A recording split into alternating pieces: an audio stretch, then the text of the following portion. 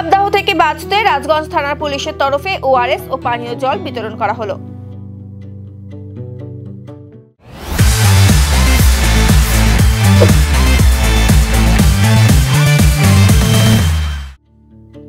প্রচন্ড গরমের মধ্যে পথ চলতি মানুষদের কিছুটা স্বস্তি দিতে পুলিশের তরফে এই উদ্যোগ নেওয়া হয়।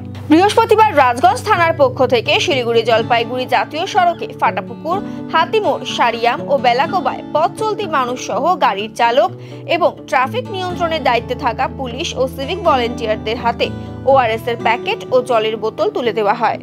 রাজগঞ্জ থানার আইসি অনুপম মজুমদার বলেন, উত্তরবঙ্গে এখন প্রায় 35 ডিগ্রি তাপমাত্রা চলছে। এত গরমের মধ্যেও মানুষকে কাজের জন্য বাইরে বের হতে হচ্ছে। এছাড়াও বহু পুলিশ কর্মী রাস্তায় দাঁড়িয়ে ট্রাফিক নিয়ন্ত্রণ করছে। প্রায় 600 জনকে পানীয় জল এবং ওআরএস দেওয়া হলো।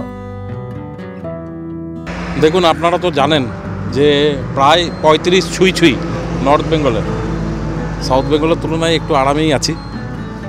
তো পুলিশের ডিউটিও আপনারা জানেন, স্পেশালি আমাদের ট্রাফিক ভাইদের ডিউটি।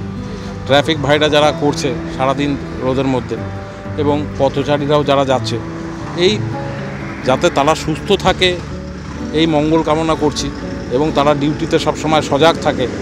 এই জন্য কিছু আমরা প্রায় 600 ওআরএস এবং জলের বোতল বিলি করলাম।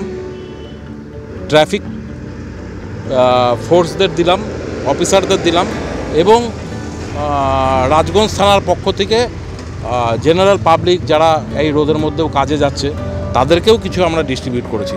আমাদের মেনলি উদ্যোগটা নিয়েছেন ডিএসপি হেডকোয়ার্টার সাহেব, উনি জলপাইগুড়ি থেকে এসে এই ব্যবস্থাটা করেছেন।